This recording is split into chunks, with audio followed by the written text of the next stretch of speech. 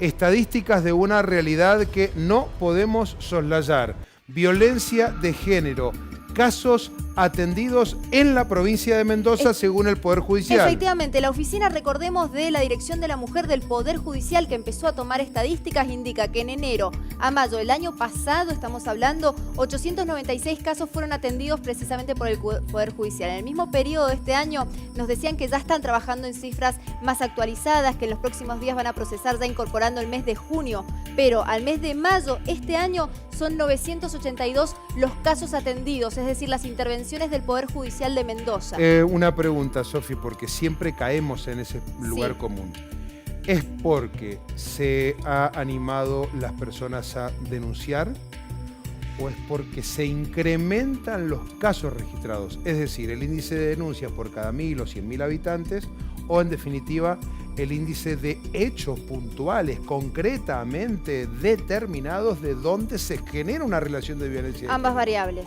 Ambas Las variables, dos. sí. Mirá ambas vos. variables se entrecruzan indefectiblemente. Esto nos lo dicen básicamente fuentes judiciales, No, fuentes claro, por eso policiales. pregunto. Sin ir más lejos, hoy cuando estuvimos indagando acerca de este caso de la mujer donde su novio, el malabarista, está prendido ahora y que se había presentado hoy en la justicia, lo que acabamos de mencionar, nos decían que llama la atención la virulencia de los casos de violencia de género, el impacto de la violencia cada vez increyendo y por otro lado la cantidad de denuncias que se dan. Es decir, hay tal vez un mayor coraje por parte de las mujeres de denunciar las situaciones a las cuales están sometidas y a su vez llama la atención la cantidad de casos y la virulencia, decíamos, la violencia de los mismos. Y por otro lado cerramos con la última placa del Poder Judicial que nos brindaba información en el día de hoy. Decíamos, los casos atendidos en el 2018 fueron 982. Interesante de ese dato lo que se despliega, porque por un lado vamos a ver que son mujeres afectadas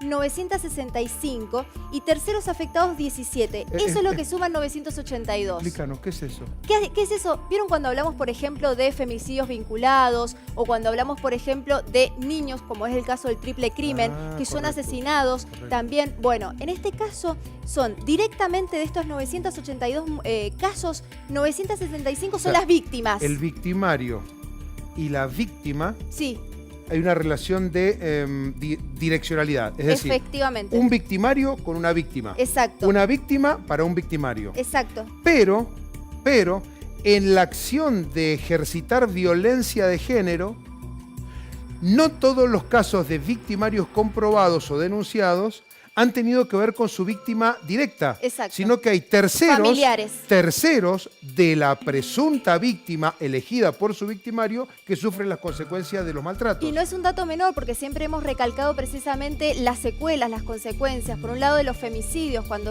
Los niños. los niños que se quedan sin madre. Sin madre. Y por otro lado también cuando los propios niños son asesinados por el femicida.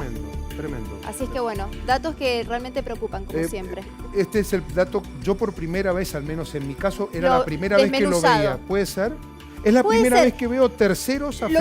Lo que pasa es que en realidad el Poder Judicial está haciendo una tarea estadística donde está contemplando los casos en su totalidad. Hemos dado cuenta en otras oportunidades, recordarás, Fernando, por ejemplo, de esto que te mencionaba, de los femicidios, de los niños que se quedan sin mamá, sin papás. Hicimos el informe claro, que la consecuencia no termina en la muerte, tal cual. sino que las consecuencias posteriores de un hecho de violencia son innumerables, indescriptibles y en algunos casos infinitas, por cierto. Y hay que aclarar, estos son datos de la Oficina de la Mujer del Poder Judicial. También está la Dirección de la Mujer y de Diversidad a nivel provincial. Después se habla siempre de la ONG Casa del Encuentro, de Ni Una Menos, como un observatorio. Digo, hay otros organismos que también realizan sus relevamientos, pero en este caso estamos hablando de casos en los cuales intervino el Poder Judicial de nuestra provincia. Señora, gracias.